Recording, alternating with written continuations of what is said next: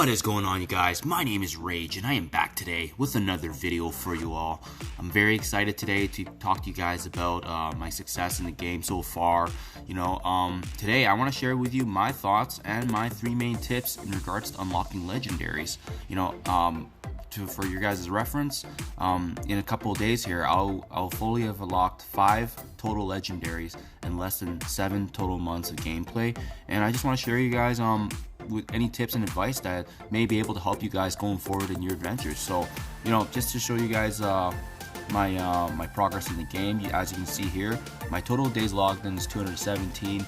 You divide that by 30 to 31 days, it's just a little bit less than 7 months of gameplay. And just to show you my roster, you guys, the 5 legendaries I'm unlocked or going to unlock is Invisible Woman, Star-Lord, Iron Man, Magneto, and obviously Black Bolt is coming in a couple of days. I just got my Hela, as you can see here in the bottom left, to 5 stars, so I'm definitely in good shape to unlock him. So let's get started, you guys. My 3 main tips for you guys going forward.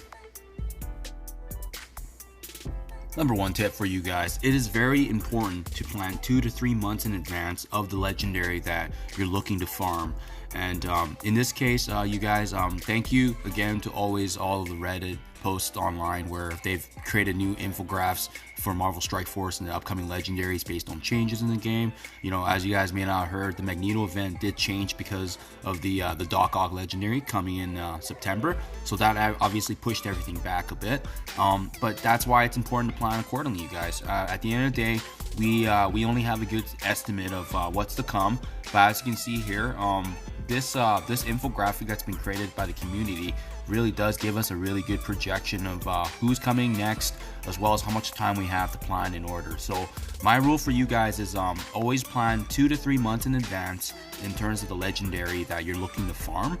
And I have actually made a separate video on this that I can put a link in the description below for you guys. That way you can get a better sense where I dive into the detail of how that's calculated. But generally, for high level, you guys, the legendaries always come every 3 months and they rotate, and there's always a specific order to them. So for instance, the next legendary is going to be Black Bolt.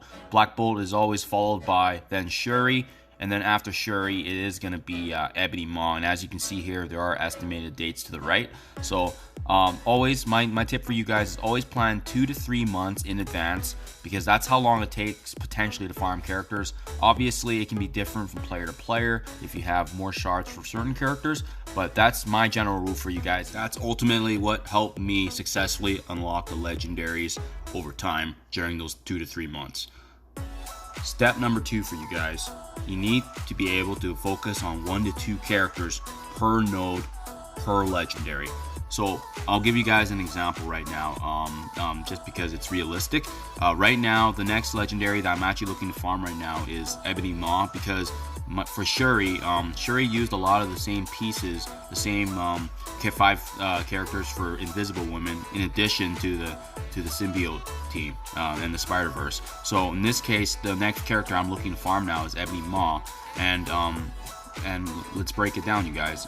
There's always going to be different characters you can farm potentially for campaign, for raids, for war, and then lastly Blitz. So looking at these 6 characters, you guys, for Ebony Maw, I had to single out like what can I farm potentially to be utilized for Ebony Maw. In this case, I know I'm going to unlock Black Bolt already with the upcoming legendary event in a couple days, so he's crossed off right there. He's good to go.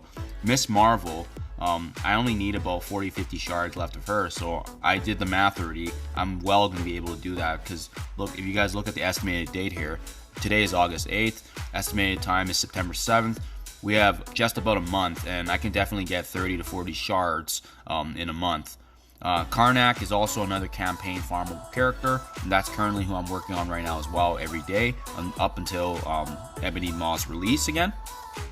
I already have Crystal at 5 stars, and then Quake, I'm farming her right now. She is available in the arena store, so every day, you guys, I am just trying to use my arena arena store credits every day just to buy 5 shards for her. And it's very easy math too, you guys. You determine how much arena credits you get each day. It's a simple math calculation. You know, I'll give you an example. If I can get 500 credits per day and I need 30 to 40 shards, you just divide that by 5, right? And then that gives you the total days it's required. So it's a very simple math calculation, you guys. But you know, the key here is back to my step number 1. When you plan 2 to 3 months in advance, it's really more than enough time for you guys to be able to level up your heroes from 2 to 3 stars to level 5. So as long as you maintain that consistency and keeping the general rule, you guys, 1 to 2 characters per node per legendary.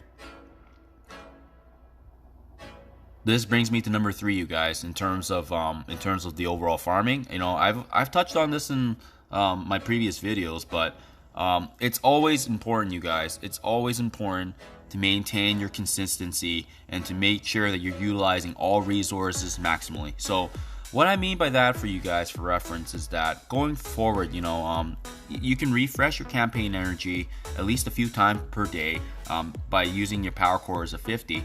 And you want to stop at 50 because the moment it gets to 100, you know, the value isn't there. But you also want to be utilizing the refreshes for characters. So say for instance, you know, this is a bad example since I can still farm Hella right now.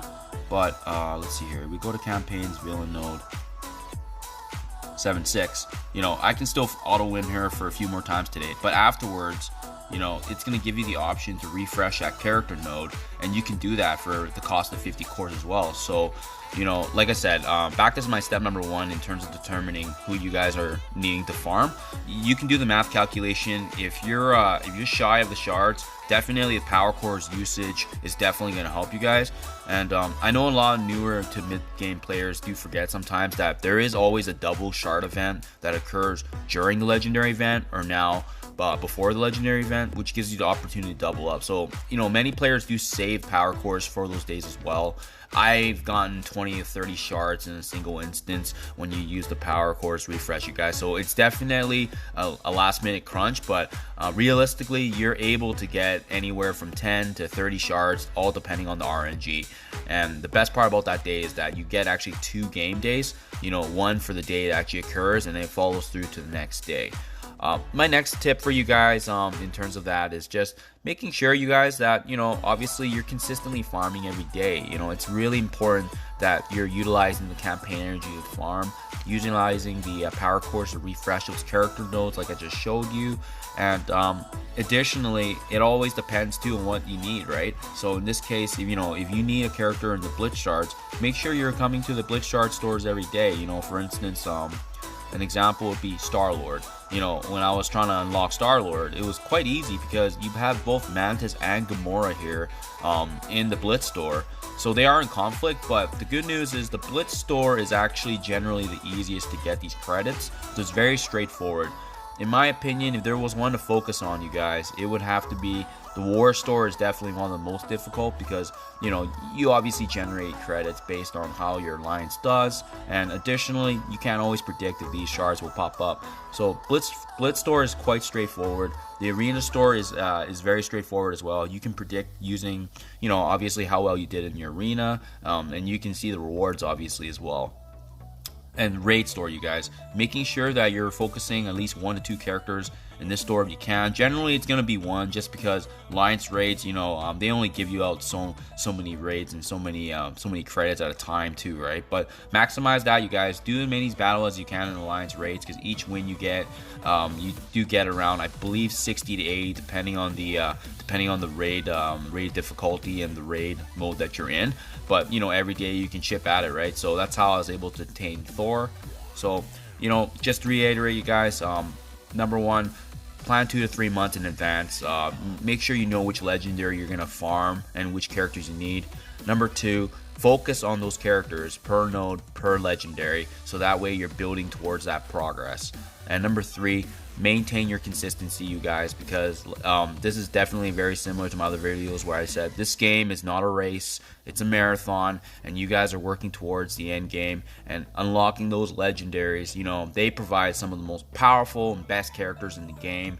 They unleash and formulate some of the best teams in the game, and honestly, the legendaries are, in my opinion, one of the main goals of the end game. So the fact that if you guys can do it in a shorter amount of time, that's great. You know, and I just want to showcase my success as well, right? I do not think I'm a hardcore player by any means. I'm free to play. I haven't spent money in the game, and I've been able to unlock these 5 legendaries. Or I'm going to unlock Black Bolt in a day or 2 here. But, you know, in total I'll have 5 legendaries in about 7 months gameplay. So hopefully that gives you guys enough insight that, you know, it is not a there's not a significant paywall that you have to get through. It is in fact possible for free to play players, and I'm still fairly new to the game because I haven't even started DB2 yet. So, you know, you guys, I hope this advice was able to help you. Thank you for all the comments and always checking out my channel. I really do appreciate it, you guys. And as always, I'll see you guys in the next one.